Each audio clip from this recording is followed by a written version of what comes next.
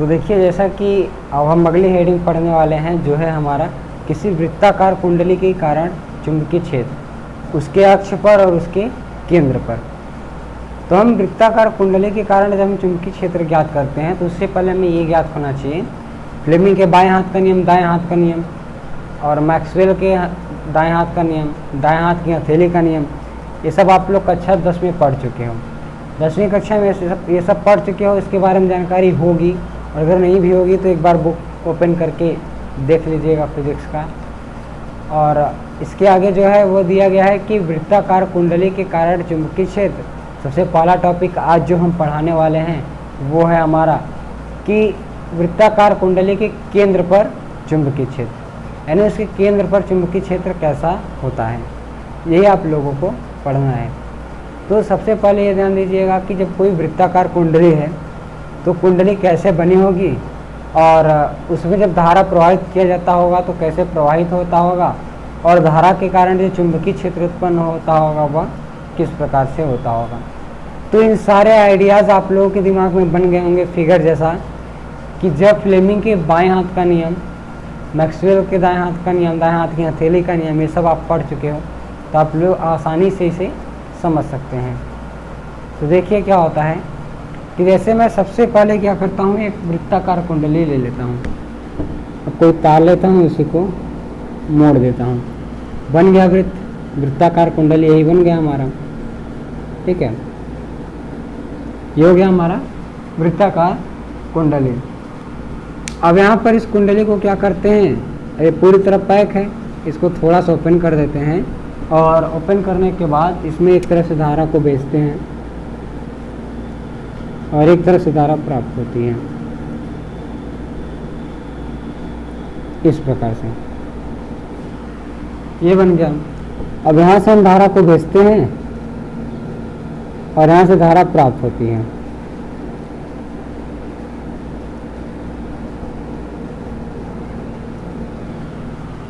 इस प्रकार से ये इसका क्या है, केंद्र है। हम क्या मानते हैं कि यहाँ से यहाँ तक की दूरी कितनी है, आर, यानी त्रिज्या आर ही होगा ना, आर इसकी त्रिज्या है, और जब आर है तो इसकी परिधि कितना हो जाएगी, 2 पाई आर। तो सबसे पहले फिगर को समझिएगा कि इस तरफ से धारा को भेजा जाता है और फिर इस तरफ से धारा निकलता है। अब इसके कारण जो चुंबकीय क्षेत्र केंद्र सी पर होगा वो कैसा होगा, कैसा होगा। तो अब ऐसा तो कोई डायरेक्टली फॉर्मूला है नहीं कि जो हम लगा दें और आसानी से हमें ज्ञात हो जाए। तो हम क्या करते हैं, उस फॉर्मूले को बनाएंगे, डेरिवेट करेंगे, डेरिवेशन करेंगे। उससे पहले हम क्या जानते हैं कि सीधे तार के कारण जो चुंबकीय क्षेत्र होता है वो कैसा होता है। जब धारा प्रवाह होती है तो देखिए, धारा जो प्रवाह हो रही है उसके नियमानुसार इस प्रकार से धारा प्रवाह हो रही है ना, यही है ना। जब धारा प्रवाह होता है तो धारा प्रवाह होने पर क्या क्या कहाँ कहाँ पर होता है, ये बल होता है, फिर ये चुंबकीय क्षेत्र होती है, धारा की दिशा होती है, चुंबकीय क्षेत्र होती है और ये धारा की दिशा होती है। अब अगर इस प्रकार से रखा जाए या फिर इस प्रकार से भी देखा जाए कि धारा की दिशा, चुंबकीय क्षेत्र, बल की दिशा, तो चुंबकीय क्षेत्र हमारा किस तरफ आ रहा है, चुंबकीय क्षेत्र किस तरफ आ रहा है, ऊपर की ओर आ रहा है, यानी जो भी बल है सब केंद्र की ओर लगेंगे और जो चुंबकीय क्षेत्र होगा सब ऊपर की तरफ होगा। अब हम क्या करते हैं, जब हमें सीधे तार के लिए पता है तो क्या करेंगे, इसको छोटे छोटे भागों में काट लेंगे और ये हमारा छोटा छोटा भाग जो होगा वो सीधा दिखेगा, सीधा तार जैसा हो जाएगा।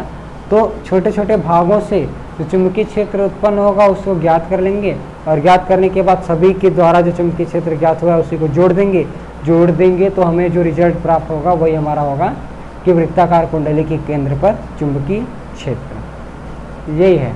तो सबसे पहले हमें नोट क्या करना है, हेडिंग डालेंगे वृत्ताकार कुंडली के केंद्र पर चुंबकीय क्षेत्र, और इसमें लिखेंगे किसी वृत्ताकार कुंडली के केंद्र पर जब चुंबकीय क्षेत्र में ज्ञात करना होता है तो हम दाएं हाथ की हथेली का नियम का भी पालन कर सकते हैं। इसके आधार पर हम उस कुंडली के छोटे छोटे टुकड़ों में उस कुंडली को छोटे छोटे टुकड़ों में बांट देंगे और उन छोटे छोटे टुकड़ों द्वारा जो चुंबकीय क्षेत्र ज्ञात होता है उनका संयोग करके हम केंद्र पर संपूर्ण चुंबकीय क्षेत्र ज्ञात कर सकते हैं। इतना नोट करेंगे और फिर इसके बाद ये फिगर बना लेंगे। अब देखिए यहाँ पर आई धारा बह रही है, ठीक, और हम क्या करते हैं, अल्प लंबाई लेते हैं, यानी डीएल, ये हम लंबाई लेते हैं, इतना तार लेते हैं, ज़्यादा नहीं। तो देखिए एक रेखा बन गया ना, ये छोटा रेखा बन गया कि नहीं, बन गया। अब इसमें इस तरफ धारा जा रही है तो चुंबकीय क्षेत्र किस तरफ होगा, इसके द्वारा हम ज्ञात करते हैं। तो ठीक ये हम कैसे ज्ञात करेंगे, बायो-सेवर्ट के नियम से, क्योंकि जो बायो-सेवर्ट का नियम हमने पढ़ा था उसमें ये हमें ज्ञात था, ये सीधे तार के कारण चुंबकीय क्षेत्र ज्ञात करना होता है। तो हमें क्या क्या ज्ञात होना चाहिए, वह चुंबकीय क्षेत्र, उसमें प्रवाहित होने वाली धारा, लंबाई और कोण भी होना चाहिए और दूरी, इन सब पर डिपेंड करता है। जब इन सब पर डिपेंड करता है तो हम क्या करेंगे, इन सब को हम यहाँ से पता कर लेते हैं कि कौन कौन कितना कितना है। तो ये प्रैक्टिकल बिंदु है, प्रेक्षित बिंदु है, जहाँ पर हम चुंबकीय क्षेत्र ज्ञात करना है, यही है इस वृत्त का केंद्र, यही ज्ञात करना है ना। तो हम क्या करेंगे, इस सी बिंदु पर जब हमें ज्ञात करना है तो सी बिंदु से इस पर बनने वाला कोण कितना है, 90 अंश है। बेसिकली दिखाई दे रहा है ना, 90 अंश है, 90 अंश का कोण बन रहा है। और फिर उसके बाद 90 अंश का कोण बन रहा है, लंबाई कितना है, डीएल है, धारा कितनी है, आई है, और दूरी कितना है, आर है, आर ही दूरी है ना। तो सिंपल फॉर्मूला है B = IL sin theta upon R square, जो कि बायो-सेवर्ट के नियम में आपने पढ़ा था, वही फॉर्मूला हम यहाँ पर लगाएंगे। तो जितना हमने आपको बताया था उसको नोट्स करने के बाद फिगर बनाइएगा, और फिगर बनाने के बाद क्या लिखेंगे, माना कि इस कुंडली का एक अल्प भाग DL है, एक अल्प भाग है जिसकी लंबाई DL है, केंद्र से त्रिज्या R है, इसमें प्रवाहित होने वाली धारा I है, तथा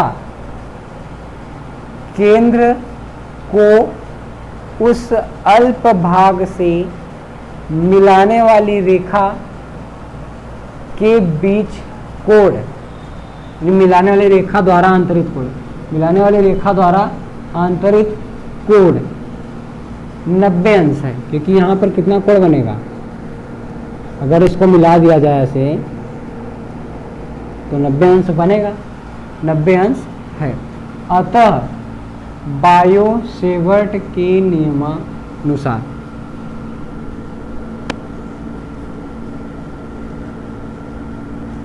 बायो-सेवर्ट के नियमानुसार तो बायो-सेवर्ट के नियमानुसार कितना हो जाएगा, क्या होता है, जब हम डीएल लंबाई के लिए ज्ञात कर रहे हैं चुंबकीय क्षेत्र, क्योंकि हम डीएल लंबाई के लिए ज्ञात कर रहे हैं, तो हमारा जो चुंबकीय क्षेत्र होगा वो भी डीवी होगा। इस प्रकार से हुआ ना, डीवी बराबर कितना होता है, μ0 अपॉन 4 पाई, ये कांस्टेंट था, इतना तो कांस्टेंट था ना। उसके बाद होता है I D L sine theta upon R square, इतना होता है। अब यहाँ पर हम क्या करेंगे, चूंकि त्रिज्या और यानी त्रिज्या और अल्प लंबाई, त्रिज्या और अल्प लंबाई के बीच बनने वाला कोण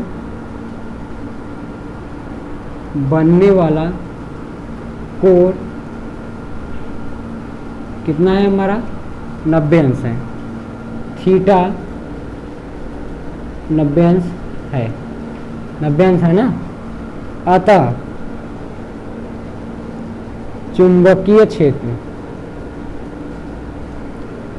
अतः चुंबकीय क्षेत्र कितना हो जाएगा, D B is equal to mu naught upon 4 pi into क्या करेंगे, आई डी एल साइन 90 अंश अपॉन आर स्क्वायर हो जाएगा। फिर उसके बाद डी बी का वैल्यू ज्ञात करेंगे तो म्यू नॉट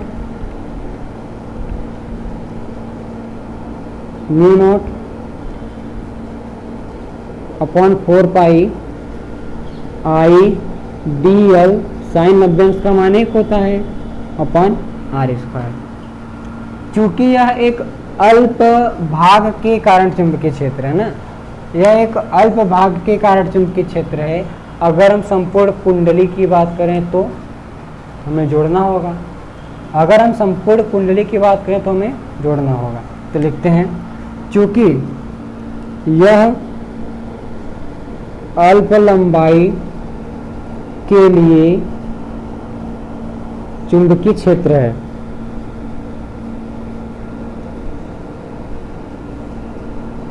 चुंबकीय क्षेत्र है, अतः संपूर्ण ये क्या है, कुंडली है, अतः संपूर्ण कुंडली के लिए, अतः संपूर्ण कुंडली का चुंबकीय क्षेत्र कितना हो जाएगा, बी हो जाएगा। बी इज इक्वल टू समाकल 0 से 2 पाई आर डी बी। अब आप लोग कहोगे सर ये 2 पाई आर कहाँ से आ गया, तो 2 पाई आर कहीं आया से नहीं है। अब यहाँ पर क्या लिखेंगे, जहाँ 2 पाई आर ये क्या है, कुंडली की परिधि है, क्या है, कुंडली की परिधि है। ये 2 पाई आर इस कुंडली की परिधि है। अतः जो हमारा समाकलन होगा, जो चुंबकीय क्षेत्र ज्ञात करना होगा, वो कहाँ से कहाँ तक करना होगा, 2 पाई आर के लिए। यानी ऐसे छोटे छोटे 2 पाई आर तक, यानी यहाँ से यहाँ तक की लंबाई क्या होगी, 2 पाई आर होगी। ऐसे छोटे छोटे 2 पाई आर अल्प भागों का चुंबकीय क्षेत्र हम जोड़ रहे हैं, कंबाइन कर रहे हैं। तो हम क्या करेंगे, समाकल करेंगे। अब इसके आगे क्या करते हैं, तो देखिए आप लोग इतना नोट कर लीजिएगा, फिर उसके आगे करना क्या होगा वो बता रहे हैं। अब उसके बाद समाकल करेंगे तो कितना हो जाएगा, b इज इक्वल टू समाकल 0 से 2 पाई आर तक। और फिर यहाँ क्या है, db है, db का वैल्यू रख देंगे mu naught upon 4 pi into I D L upon R square. यही है, ध्यान से देखिएगा, हमने db का वैल्यू यहाँ पर रख दिया। तो अब क्या हो जाएगा, या b इज इक्वल टू जो कांस्टेंट है उसको बाहर करते हैं। तो हम किसके लिए कर रहे हैं, dl के लिए कर रहे हैं ना, तो बाकी सब बाहर हो जाएंगे। समाकल 0 से 2 पाई आर dl के लिए किया जा रहा है, सॉरी dl के लिए कर रहे हैं, तो बाकी सब हमारा क्या हो जाएगा, बाहर हो जाएगा। Mu naught upon 4 pi into I upon R square, ये सब बाहर। क्या बचेगा, केवल dl बचेगा, क्योंकि उसी के लिए समाकल हो रहा है ना। अब जब हम समाकल करेंगे, या b is equal to mu naught upon 4 pi into I upon R square. dl के लिए कर रहे हैं, ऐसे छोटे छोटे छोटे छोटे अल्प भाग मिलकर के एक बड़ा l बनाएंगे, यानी बड़ी लंबाई बनाएंगे। तो यहाँ क्या आ जाएगा, l आ जाएगा। अब l के लिए हम क्या वैल्यू रखेंगे, 0 से 2 पाई आर तक, यानी समाकल का ये नियम होता है, b is equal to mu naught upon 4 pi into I upon R square. अब यहाँ पर क्या रखेंगे, पहले l की जगह पर 2 पाई आर रखते हैं, फिर उसके बाद l की जगह पर 0 रख के दोनों को घटा देते हैं। क्या कर देंगे, घटा देंगे।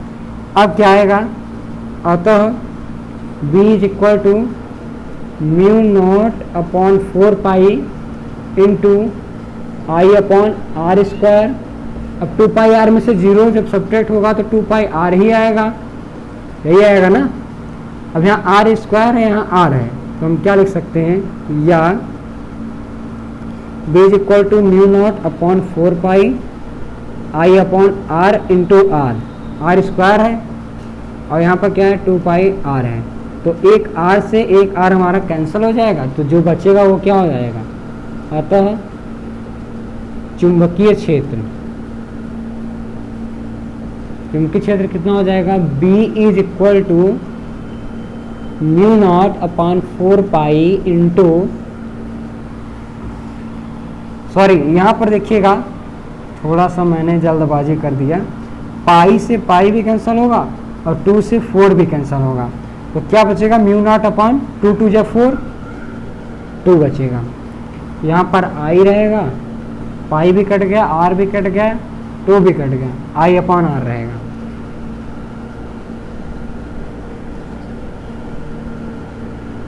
तो देखिए किसी वृत्ताकार कुंडली के केंद्र पर जो चुंबकीय क्षेत्र होता है वो ऐसे इस प्रकार से ज्ञात किया जाता है।